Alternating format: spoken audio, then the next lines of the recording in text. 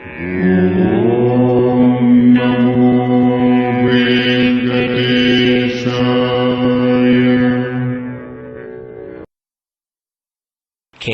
గౌతమ మహర్షి దగ్గర అన్నం తిని సంతోషించి వెళ్ళిపోతున్న వాళ్ళు కాదు.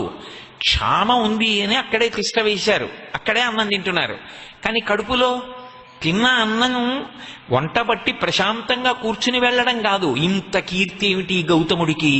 ఈ గౌతముడు లోకము చేత ఎలా నిరసింపబడతాడు? మనసులో ఈ ఆలోచన చేశారు.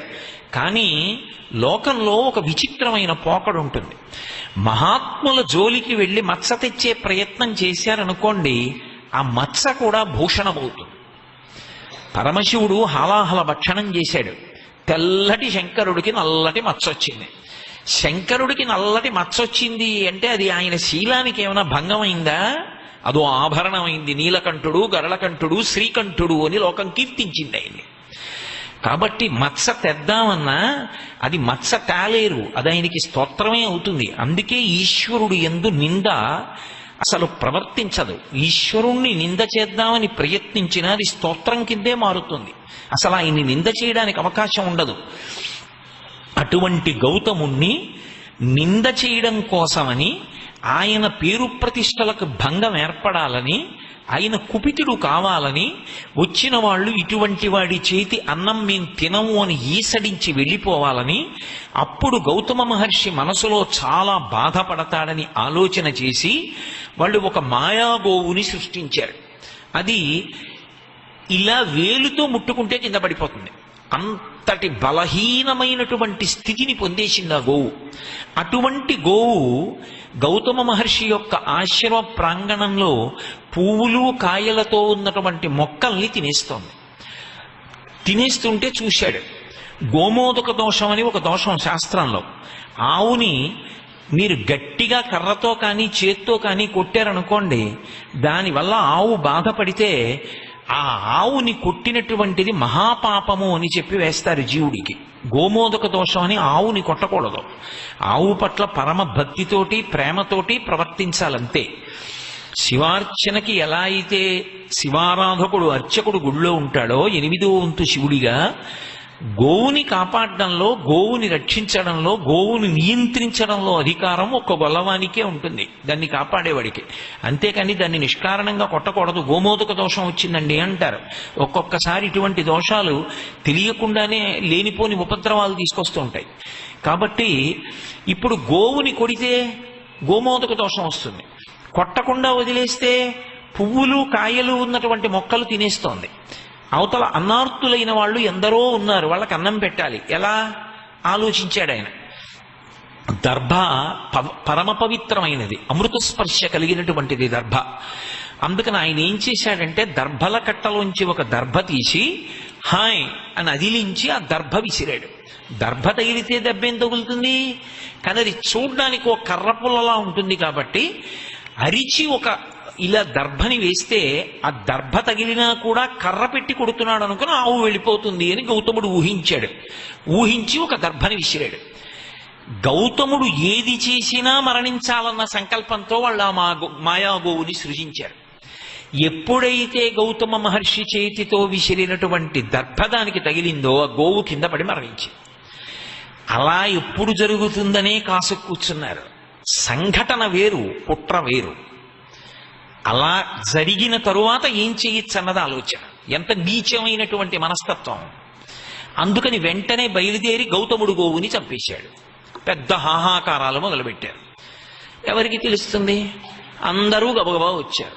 లోకంలో అమాయకత్వం చాలా మందికి ఉంటుంది. ఏదైనా వింటే అదే నిజం అనుకున్న మూట్లు ఉంటారు. కాబట్టి పరిగెత్తుకొచ్చారు. కొట్టావా గోవుని? దర్భ విసిరాను. చాలదా? గౌతముడి చేతి దర్భ తగిలి చచ్చిపోయింది. ఇప్పుడు నువ్వే గోవు మరణానికి కారణమైన వాడివి, ఆవుని చంపిన వాడివి, ధూర్తుడివి. నీ చేతి అన్నం తినడం ఏమిటి? వాళ్ళు ముందే నిర్ణయించుకున్నారు అలా చేద్దామని. కాబట్టి వాళ్ళు బయలుదేరిపోయారు. ఇప్పుడు వాళ్ళు బయలుదేరిపోగానే పాపం గౌతముడు అమాయకంగా వాళ్ళ వెంటపడ్డాడు. అయ్యా, నా వల్ల దోషం జరిగింది. అందరూ వీళ్ళని చూసి వెళ్ళిపోవడం మొదలెట్టారు. లోకంలో ఇదో విచిత్రమైనటువంటి పోకడ. నిస్వార్థంగా ఇంతమందికి అన్నం పెట్టిన గౌతముడి మీద ఈర్ష్య ఏమిటి అంటే మనస్తత్వాలు అలా ఉంటాయి.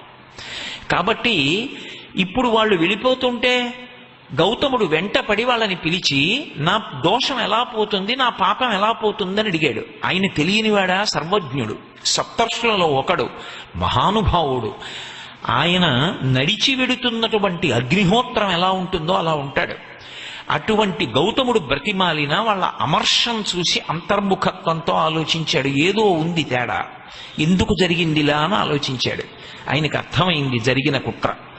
అర్థమై వాళ్ళని శాపవాక్కుకి గురి చేశాడు. సరే, ఇప్పుడు ఆ శాపవాక్కు అవి ప్రధాన విషయాలు కావు. గౌతముణ్ణి మిగిలిన వాళ్ళు వేడుకున్నారు. ఏదైతేనే, అది మాయా గోవు అయితేనే, గోవు అయితేనే, గోవు పడిపోయింది కదూ, ఆ దోషం పోగొట్టుకో, పరమశివుడి గురించి తపస్సు చేయి. ఆయన నుండి నీటి పాయ ఒకటి వస్తే, పరమేశ్వరుడి నుండి వచ్చిన నీటి పాయ ఈ గోవు కళేబరానికి తగిలితే గోవు మళ్ళీ పునరుజ్జీవితురాలవుతుంది. అలా గోవు బ్రతికితే నీకు దోషం పోయింది, కాబట్టి నువ్వు వెళ్ళి తపస్సు చేయమన్నారు. వెంటనే ఆయన పరమేశ్వరుడి గురించి తపస్సు చేశాడు. శంకరాచార్యుల వారు సౌందర్యలహరిలో ఒక అద్భుతమైన మాట చెప్తారు. శరజ్యోత్స్నా శుద్ధాం శశియుత జటాజూట మకుటాం వరత్రాసత్రాణ స్ఫటిక ఘటికా పుస్తకరాం సకృర్ణత్వానత్వా అని. సకృర్ణత్వానత్వా అంటే మంచి మనస్సు కలిగినటువంటి వాడు ఒక్కసారి నమస్కారం చేస్తే చాలు. మనసు కల్మషంతో నిండిపోయి ఉంటే ఈశ్వరుడి దగ్గరికి వెళ్ళి ఎన్ని మాటలు నమస్కారాలు పెట్టండి, ఎన్ని మాటలు కింద పడండి, ఆయన అనుగ్రహం కలగడానికి సాధనలో ఉన్నావు. మంచి మనసు కలిగినటువంటి వాడు తన గురించి కానీ లోకం గురించి కానీ ఒక్క నమస్కారం చేశాడు అనుకోండి, ఆయన సంకల్పాన్ని ఈశ్వరుడు అనుగ్రహించేస్తాడు. ఎందుకంటే ఆయన మనసు అటువంటిది, అది అమృత భాండం. అది ఎప్పుడు ఎవరిని చెనకే స్వభావంతో ఉండదు. అసలు ఎవరిని బాధ పెట్టడమో ఇష్టం ఉండదు. ఇష్టం ఉండనటువంటి వాడు భగవంతుణ్ణి నమ్ముకుని బ్రతుకుతున్నవాడు కాబట్టి వాడు చేసినటువంటి సంకల్పం ఏదో అది ఆయన ఒక్క నమస్కారం చేస్తే చాలు ఈశ్వరుడు తీర్చేస్తాడు. సకృన్నత్వానత్వా అంటారు శంకర భగవత్పాదులు. అందుకే అలా గౌతముడు ఎన్ని వేల సంవత్సరాలు తపస్సు చేయాలేమిటి పరమేశ్వరుడి గురించి? మంచి మనస్సున్నవాడు పరమశివుడి గురించి తపించాడు. పరమేశ్వరుడు ప్రత్యక్షమయ్యాడు. ఏం కావాలని అడిగాడు. అది మాయా గోవో గోవు నా వలన మరణించిందన్నారు. దర్భ విసిరాను, నిజమే, గోవు పడిపోయింది. ఆ గోవు మళ్ళీ బ్రతకాలి, అనుగ్రహించమన్నాడు. ఆయన ఒక జటని ఒక దాన్ని తీసి చేతిలో పెట్టాడు. ఈ జటని పట్టుకెళ్ళి పిండు. ఎందుచేత అంటే పరమేశ్వరుడికి ఒక పేరుంది, ఆయన అరుణజటేశ్వరుడు అని. మన వైపు ఆ పేరు అంత బాగా పెట్టుకోగానే మీరు ద్రవిడ దేశం వెడితే ఇప్పటికీ అరుణజటేశ్వరుడు అని పేరు పెట్టుకుంటారు. మాకు ఓ పెద్ద ఆఫీసర్ గారు ఉండేవారు, అరుణజటాయ్, ఆయన పేరు అరుణజడాయ్ అంటుండేవారు. ఆయన పేరు రాస్తే రైల్వే వాళ్ళు ఫిమేల్ అని కొట్టేవారు, ఆడదనుకునేవారు. అరుణ చూసి అరుణజటేశ్వరుడు అంటే ఎర్రని జటలు కలిగిన వాడు. ఎర్రని జటలు ఆయనకి ఎందుకుంటాయంటే ఎప్పుడూ గంగ చేత తడిసి ఉంటుంది ఆయన యొక్క తల, అది జ్ఞానగంగ. ఆ గంగ చేత చల్లగా తడిసి ఉన్నటువంటి ఆయన యొక్క జటాజూటంలో ఉన్నటువంటి ఒక ఎర్రని జటని పెరిగి ఆయన గౌతముడికి ఇచ్చాడు. ఇది పట్టుకెళ్ళి పిండు, గోవు యొక్క కళేబరం మీద బ్రతుకుతుందన్నాడు. అసలు గౌతముడికి నింద తేవాలని వీళ్ళు ప్రయత్నించారు, కానీ గౌతముడికి శాశ్వతమైన కీర్తి రావడానికి అది కారణమైంది. ఎందుకని? మహాత్ముల జీవితాలు అలా ఉంటాయి, అపకారం చేద్దామన్నా చేయలేరు. కాబట్టి ఇప్పుడు ఆ జటని పట్టుకెళ్ళి ఆ గోవు యొక్క కళేబరం మీద పిండాడు.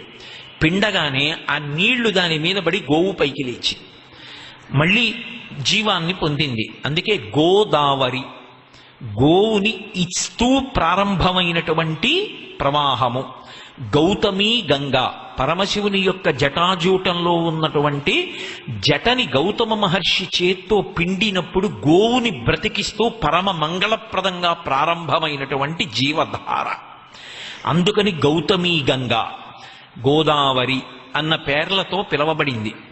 ఇంత శక్తివంతంగా, ఇంత పవిత్రంగా మహర్షి యొక్క తపస్సు వలన పరమశివుని యొక్క జటలోంచి ఉద్భవించింది. కాబట్టి ఆ గోదావరి ఎంత ప్రశస్తి కలిగినటువంటి నదీమ తల్లిగా కీర్తింపబడింది లోకంలో అంటే గోదావరి నది దగ్గరికి వెళ్ళి ఒక్కసారి స్నానం చేసిన వాడికి ఎంత ఫలితం ఇవ్వాలి అన్నదాన్ని శాస్త్రాలు నిర్ణయం చేశాయి. కురుక్షేత్రానికి వెళ్ళి దానం చేస్తే ఎటువంటి ఫలితం వస్తుందో, గంగానదికి వెళ్ళి స్నానం చేస్తే ఎటువంటి ఫలితం వస్తుందో, అలాగే నర్మదా నది ఒడ్డున